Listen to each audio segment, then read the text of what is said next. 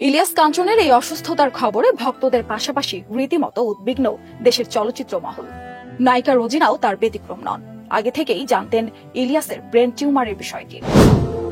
আমাকে চিনছে, কিন্তু কথাগুলো ওর স্পষ্ট আমি বুঝতে পারছি না। একটু মুখটা একটু বেঁকে গেছে, একটু মানে পুরোটা অপারেশন করতে পারে না। কেমন একটা জায়গায় আপনার মাথায় ব্রেনের মধ্যে টিউমারটা, যে এটা মানে কি মানে রিমুভ করতে পারবে। প্রেমটি এসে যখন আপনি মরহুমা দ্বিতীয় আপার সাথে শুরু করলেন, সে হচ্ছে তোরও সংসারটা নাই, ওরও বাচ্চা আছে, সংসারটা নাই, দুটো বাচ্চাকে যদি মানুষ করতে পারে সেটাও তো আল্লাহর কাছে একটা ভালো একটা।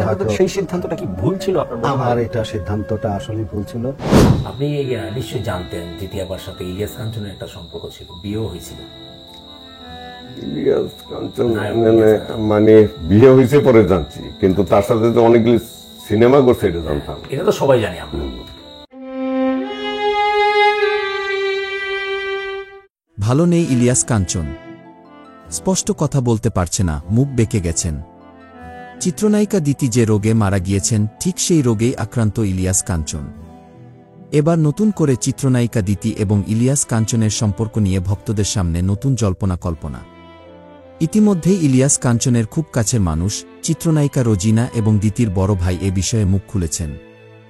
আমাকে চিনছে, কিন্তু কথাগুলো ওর স্পষ্ট আমি বুঝতে পারছি না। একটু মুখটা একটু বেঁকে গেছে, একটু মানে পুরোটা অপারেশন করতে পারে না। কেমন একটা জায়গায় আপনার মাথায় ব্রেনের মধ্যে টিউমারটা, যে এটা মানে কি মানে রিমুভ করতে পারবে না। তো হ্যাঁ, কাঞ্চন আমি লাস্ট গিয়েছি হলো জুলাই মাসের 10 তারিখে লন্ডনে।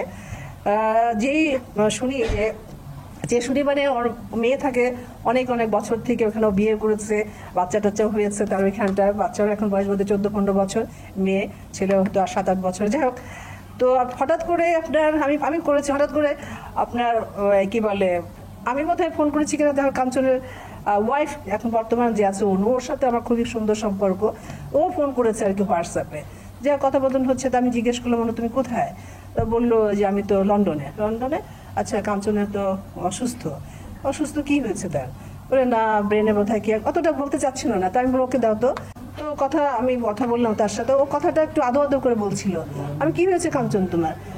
মানে আমাকে চিনছে, কিন্তু কথাগুলো ওর স্পষ্ট আমি বুঝতে পারছি না আর কি।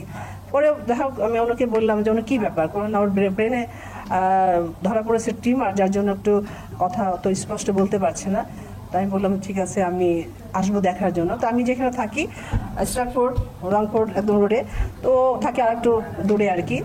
তা যাই হোক, আমি এই যাবো করতে করতে তার মধ্যে আপনার অগাস্টের ফার্স্টে আমি কানাডা চলে গেলাম। তার আগে আমি খবর নিচ্ছি, কিন্তু 1-2 দিন পরে বলে না, অপারেশনের জন্য সে হাসপাতালে গেছে, তাকে 2-1 দিন চেক আপ করে অপারেশন করবে। তো এই যাবো করে হলো কি কথা হচ্ছে, কিন্তু আমার কাঞ্চন ওয়াইফের সাথে কেমন আছে কি আছে আমি আপডেটটা নিচ্ছি ওর কাছ থেকে, ওর মেয়ের কাছ থেকেও। আমি চলে গেলাম কানাডা 1 মাস ছিলাম আমি ওইখান থেকে, কিন্তু খবর নিচ্ছি। এর মধ্যে আপনার অপারেশন হয়ে গেছে।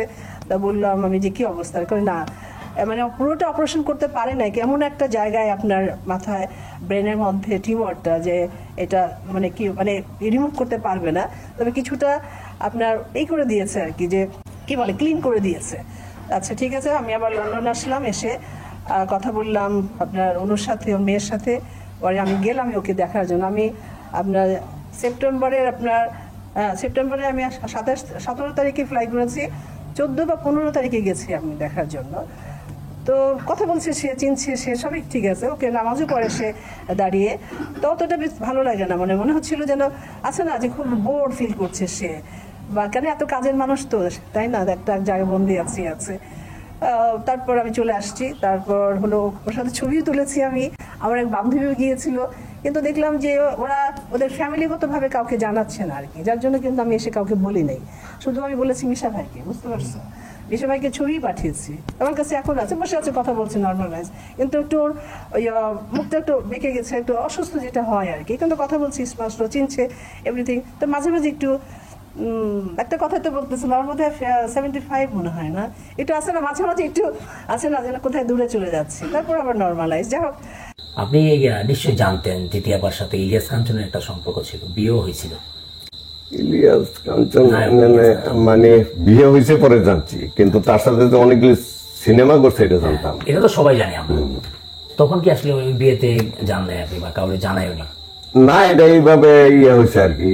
ওই আমার দাদি ছিল মুরব্বী, হ্যাঁ।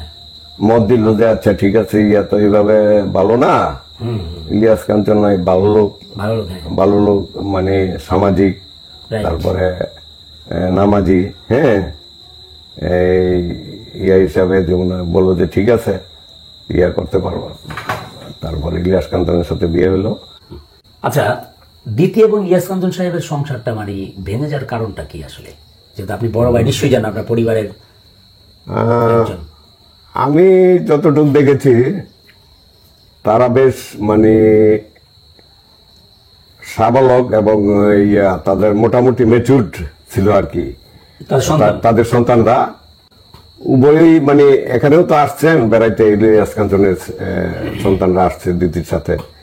ওই তারা মানে দোনো পক্ষই এটা মেনে নিতে পারে নাই কারা? সন্তানরা? সন্তানরা।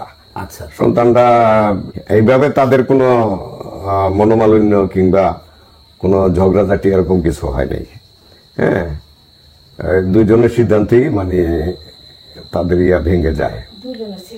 দুইজন, হ্যাঁ, কারণ দোনো পক্ষেরই মানে দুইজনের ছেলে মেয়েদের মধ্যে তাদের পিতাকে এককভাবে পাইতে চাইছে, আর লামিয়া দীপ্ত তার মাকে এককভাবে তারা মনে হয় পেতে চাচ্ছে, এই জন্যই হয় নাই। এই দোনো পক্ষেরই ইয়ার পরে মানে তারা আলাদা হয়ে যায়। আচ্ছা, ইলিয়াস কাঞ্চন দ্বিতীয় আপা, হ্যাঁ হ্যাঁ, মানে তখনই তারা ঠিক সিদ্ধান্ত নেন যে আসলে আমরা হ্যাঁ। যেহেতু সন্তানদের সুখের জন্য এত কিছু, যেহেতু তারাই যেহেতু একে অপরের সাথে মিল নাই, তাহলে বা তারা চাচ্ছে না এটা, তারাই আমরা চাচ্ছে না। হ্যাঁ হ্যাঁ, সন্তানদের সুখের জন্য আমরা আলাদা হয়ে যাই, এমনই বিষয়টা। এমনই আসলে। প্রিয় দর্শক, চিত্রনায়ক ইলিয়াস কাঞ্চন কেমন আছেন, তার সর্বশেষ আপডেট কি?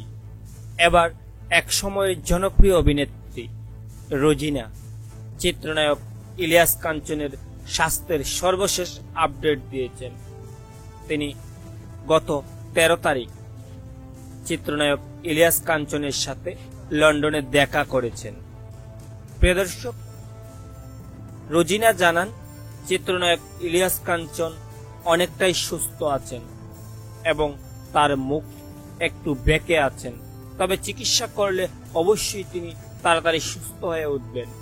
প্রিয় দর্শক, আজকে চিত্রনায়ক ইলিয়াস কাঞ্চনের সর্বশেষ আপডেট জানতে পেরে আপনাদের কাছে কেমন লেগেছে, এবং সবাই চিত্রনায়ক ইলিয়াস কাঞ্চনের জন্য দোয়া করবেন। প্রিয় দর্শক, আজকে এই পর্যন্তই। ভালো থাকবেন সবাই। আর হ্যাঁ, আপনি যদি আমাদের এই চ্যানেলে নতুন দর্শক হয়ে থাকেন তাহলে অবশ্যই চ্যানেলটি সাবস্ক্রাইব করে বেল বাটনটি অন করে রাখবেন।